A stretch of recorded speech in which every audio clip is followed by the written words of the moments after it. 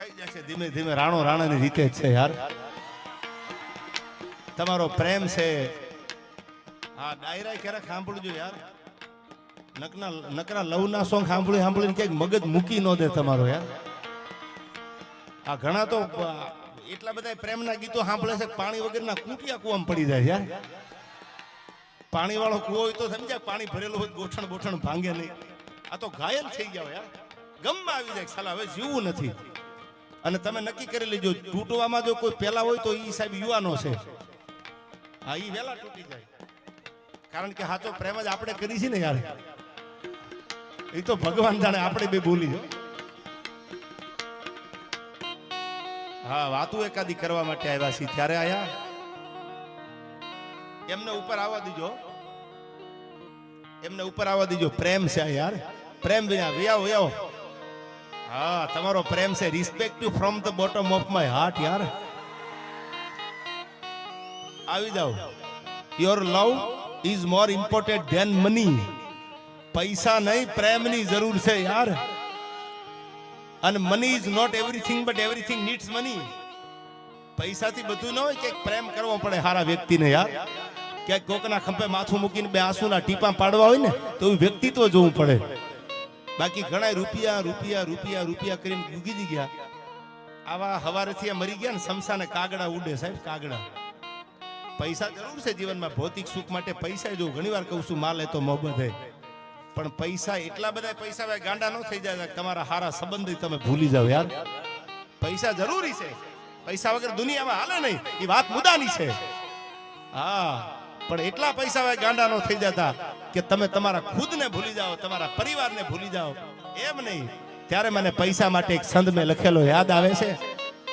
ગીતોનો છંદો ગાવા છે પહેલા જગદંબાના સાનિધ્યમાં એક નાની એવી વાત કરી દઉં. મેલડી છે કેવી. આયા આખું મેલડી ગ્રુપ છે, એના તરફથી ભુવાજીને એક સોનાનો ચેન અને પેન્ડલ પહેરાવે છે. એકવાર જોરદાર તાળીઓથી એમને વધાવી લેજો. મારે વાત કરવી છે, પછી અહીંથી ગીત ગાવ જગદંબાનું. મેલડી છે કોણ? સાયલાના પાદરમાં ધીરા ધીરા ધીરા ધીરા ધીરા ધીરા ધીરા ધીરા.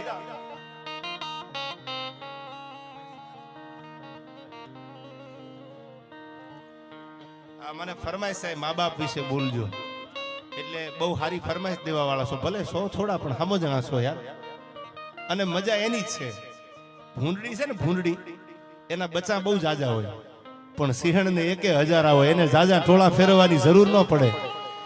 ભૂંડને બચ્ચા 100 જણા એ તો હોય બિચારા, પણ ઓલું સિંહણ બચ્ચું એક, એ તો 1000. આ એકવાર ભુવાજીને જોરદાર તાળીઓથી વધાવી લ્યો.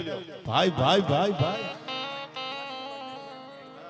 અને પાછું ભુવાજીનો આ જન્મ દિવસ છે, એટલે એમના જન્મ દિવસમાં મેલડી ગ્રુપ તરફથી ભુવાજીને જબરજસ્ત ચેન અને પેન્ડલ આપે છે. એમને એકવાર જોરદાર તાળીઓથી. અને ભુવાજીને જગદંબાને પ્રાર્થના કરીએ કે લાંબુ આયુષ આપે. અને જે ભજન કરે છે એવું એક દી આ પાદરમાં એવું ભજન થઈ જાય કે દુનિયાના દુઃખ મટાડી દે જગદંબા 9 લાખ લોબડીયાળી. એટલે ભુવાજીને ખૂબ ખૂબ ધન્યવાદ. એમના જન્મદિવસની તમારા અને મારા બધા તરફથી ખૂબ ખૂબ શુભકામના. ત્યારે સાયલાના પાદરમાં એક દેવી પૂજકનો દીકરો પહેલે નીકળે છે. સાંભળજો, મેલડી છે કેવી અને મેલડીની તાકાત કેવી છે. રાજાશાહીનો યુગ હતો, લોકશાહી તો 1947 માં આવી. ભારત આઝાદ 1947 માં બન્યો.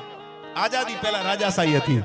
અને રાજાશાહીના યુગમાં સાયલા, તમે અહીંથી ચોટીલા જાઓ, એટલે ચોટીલા જાઓ ત્યારે સાયલા એક રસ્તામાં ગામ આવે છે, તાલુકો છે સાયલા. એ સાયલાના પાદરમાં ભગવતી મેલડી બિરાજે છે. સાયલામાં એક અણદા ભગાની મેલડી છે અને બીજી અમારી જગદંબા કચરા બાપાની મેલડી છે. આ બે મેલડી સાયલાના પાદરમાં બિરાજે છે. એમાં એક દેવી પૂજકનો દીકરો પહેલે હાકળ લઈ ધીરો ધીરો ધીરો ધીરો ધીરો ધીરો ડાભી હાલ્યો આવે. સૌ ઘણી વાર કહું છું, મને તમને વિશ્વાસ માતાજી ઉપર હોય, ભગવાન ઉપર મને તમને ભરોસો હોય, પણ એટલું જરૂર કહું છું કે દેવી પૂજકના દીકરા જેટલો કદાચ મારો ને તમારો વિશ્વાસ ન હોય યાર, એ તો મારા પરમ ઉપાસક છે. વધાવી લો એકવાર જોરદાર તાળીઓથી. આયા સન્માન એવું પામજો. એવું ભુવાજીનું સન્માન થાય છે ત્યારે ખૂબ ખૂબ રાજીપો છે. પણ જે બહેને હાકળથી આમ દોરીને ધીરો ધીરો ધીરો ધીરો ધીરો ધીરો પૂજકનો દીકરો હાલ્યો આવે, એમાં સાયલા ઠાકોર સાહેબ રાજાશાહી હતી, એના માણસોની નજર ગઈ ભેંસ ઉપર. ભેંસ રૂપાળી હતી, ગજાવાળી ભેંસ હતી.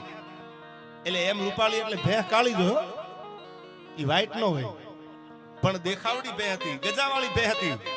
હાંડો હાંડો દૂધ કરે એવી ભેંસ જોઈ અને કોઈ ઠાકોર સાહેબ ને એટલું કીધું, બાપુ તમારા રજવાડામાં શોભે એવી ભેંસ આઈથી દેવી પૂજક નો દીકરો લઈને જાય છે. બાપુ એને કયો એને મૂલ લેવું હોય મૂલ લઈ લે, પણ ભેંસ આપી દે. એની આગળ આવીને માણસોએ કીધું કે સાયલા ઠાકોર સાહેબ ને ભેંસ ગમી ગઈ છે તમારી, તમે કયો મૂલ આપી દે, પણ ભેંસ આપી દો. આયા કે ભેંસ નો આપું, કે તમે કયો પૈસા આપી દે, ભેંસ આપી દો. તો કે ભેંસ નો આપું. કે સાયલા ઠાકોર સાહેબ નું ફરમાન છે ભેંસ આપી દો, કે નો આપું ભેંસ મારી. એટલે રાજના માણસોએ જબરજસ્તીથી હાકળ લઈ ભેંસ લઈ લીધી અને કીધું જા થાય કરી લેજે, પૈસા લેવા હોય તો રાજમાં આવીને લઈ જજે, પણ ભેંસ તો અમને ગમે છે ની ઠાકોર સાહેબ લઈ જાય છે અહીંથી. એમ કરી અને ભેંસ લઈ ગયા. ગરીબ માણા, રૂપિયા વાળો માણા, મોટો માણા ગરીબને રંજાડે તો એ ભુવાજી જાય ક્યાં? પૈસા વાળો માણસ હોય, સત્તા વાળો માણસ હોય, જેની ઉપર સત્તા હોય, જેની આગળ પૈસાનો પાવર હોય, એ નાના માણાને હેરાન કરે તો જાય ક્યાં? गरीब को मत सताना वो रो देगा, गरीब को मत सताना वो रो देगा, उसका हबीब जो सुन लेगा तो तेरा जड़ मूड से खो देगा. गरीब को मत सताना वो रो देगा, अरे उसका हबीब जो सुन लेगा तो तेरा जड़ मूड से खो देगा. गरीब ने कोई दी हैरान करता नहीं. શું કામ? કે એનો હબીબ જો સાંભળી જાય, એનો હબીબ છે આ જગદંબા ભગવાન, ઈ જો સાંભળી જાય તો તમારું મૂળિયા હો તો ઉખેડતા એને વાર નહીં લાગે. ગરીબને કોઈ દી સંતાપતા નહીં. હું ઘણી વાર કહું છું, એટલું યાદ રાખજો. અને તેથી ગરીબ માણાની ભેંસ લઈ ગયા તો એને આગળથી થાય શું? સામે સાયલા ઠાકોર સાહેબ હતા, કરવું શું?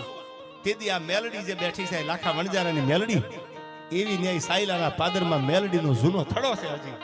અને ભુવાજી તેથી મેલડીના આગળ જઈ અને પોતાની પાખડી કાઢી અને લાકડી પડે પગમાં પડી ગયો, ગાય જગદંબા મારા હાથમાંથી હાકળ હોતી ભેંસ લઈ જાય. હું તો ગરીબ માણસ છું, મારી આગળ પૈસા નથી, મારી આગળ સત્તા નથી, અને આ તો સાયલાનું થડી સાયલા ઠાકોર સાહેબ છે, હું શું કરી શકું?